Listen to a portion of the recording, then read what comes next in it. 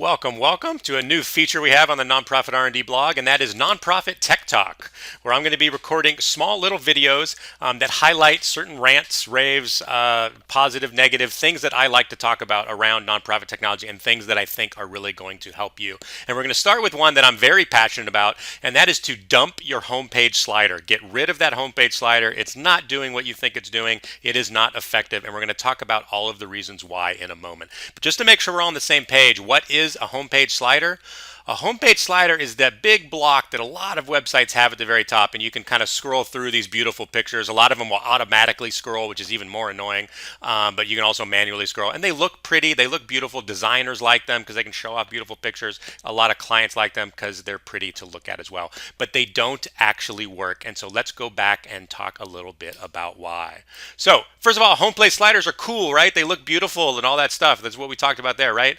Yeah, they might be pretty, but do they work? That's what you need to be focusing on is do they work? And I say no, and I've been saying this for a while now, and evidence is starting to come out to really support my claim. So why do I not care as much about pretty and cool? Because I want to focus the sites I work on for direct response. Remember, that's what we want is direct response website. We want people to take actions on our site. We want them to do things. We want them to donate. We want them to sign up. We want them to fill out a petition, a form, like us on Facebook. The more little things we get them to do, the more likely it is they'll deepen their engagement and then donate and do those bigger things. We also know that giving people too many choices will cause them to make no decision. People are more afraid of making the wrong decision than making a decision. So if you give them too many choices, they won't make a decision. So we want to limit their choices. A slider doesn't limit their choices. Things start whizzing by and they've got too much to do on there. They get a little overwhelmed. They either go away or they don't do what you want them to do.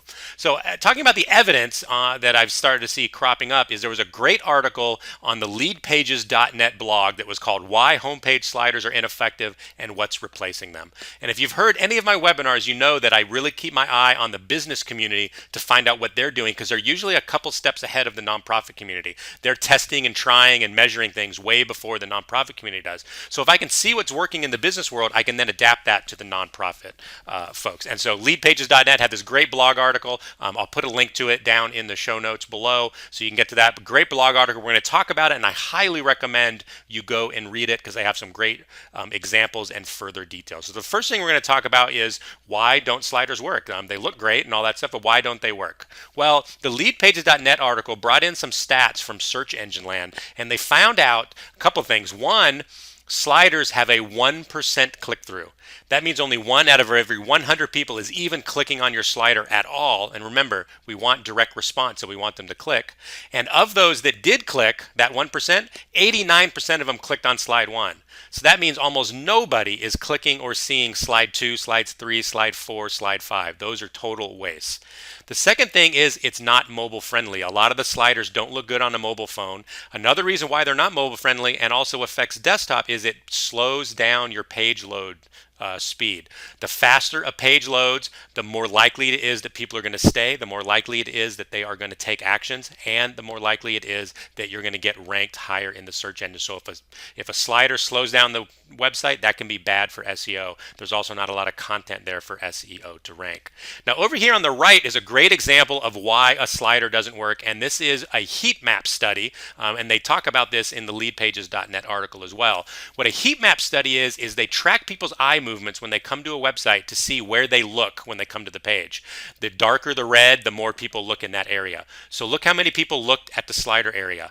Almost nobody looked at the slider. People skipped right over it, went down to the content itself. So you're basically wasting the most valuable real estate on your homepage. So what can you do instead of having a slider? Use what's called the hero layout. Now, I'm a big fan of the hero layout. I'm even such a fan of the hero layout, I use it on my own homepage. If you've been to the homepage of my website, you will see that I don't have a slider. Where the slider used to be, I took it out and I put in this hero action. And this is what I want people to do. I want people that come to my site to sign up for my email list. That is the most important thing that I want them to do because then I can develop a relationship with them, send them my content and all of that stuff. layout, it is much more effective for my marketing and building those relationships. So why is a hero layout so good? It's a static page. There's no crazy JavaScript on here. There's no images that have to be uploaded that are going to scroll and all that stuff. Much faster load time, much easier to make mobile friendly, better for SEO, and most importantly, much higher conversions. If you put your most important thing at the very top, more people are going to see it. People know that that's important. They're going to be more likely to take the action and do all of that. So let's not just look at my site, but let's look at some live examples of sites that are using the hero layout versus the slider layout. So first of all, this is our example of the slider. The reason I showed this example, it's a theme. And a lot of themes now that you get to build your website are coming with sliders pre-built in. So we want to remove those themes and put in the hero layout. So as an example, leadpages.net, the guys that wrote this amazing blog article linked below, they use a hero layout. So they have a video at the very top that they want you to watch that teaches you all about what leadpages.net is, and then there's a Get Lead Pages Now button. Bam. That is the top portion. That is what they want you to do. That is their most wanted response.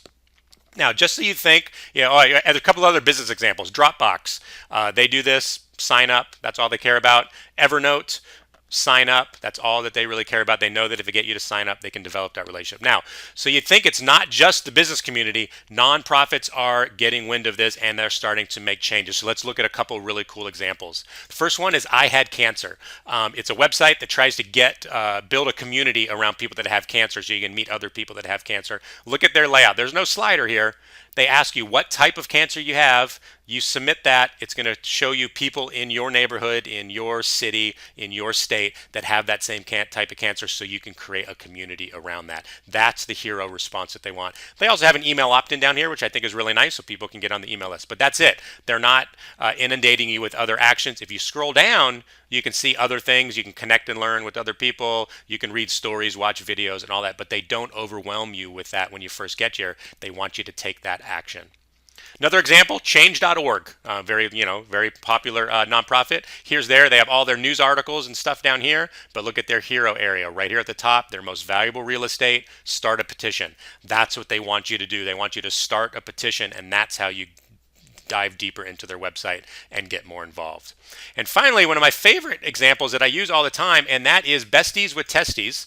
And they are a cancer organization that works with testicular cancer. Now, they use a slider. So this is interesting. They use a slider, but they have these most wanted responses right below their slider so you can't miss them. You see them as soon as you hit the page. You get here, you log in. You can look at the slider, okay, but they have a backup if you don't click something in the slider. These buttons are really well done here. Now, as an example of not using a slider well, let's go back to our theme example we gave. Look at this one. The slider's here, but the slider's so big we don't get to see what the actions are down here. All we see is the top of some images.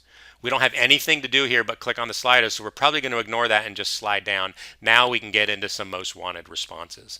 So I definitely like that Besties with Testes did it a little bit better by moving those buttons up closer to the slider.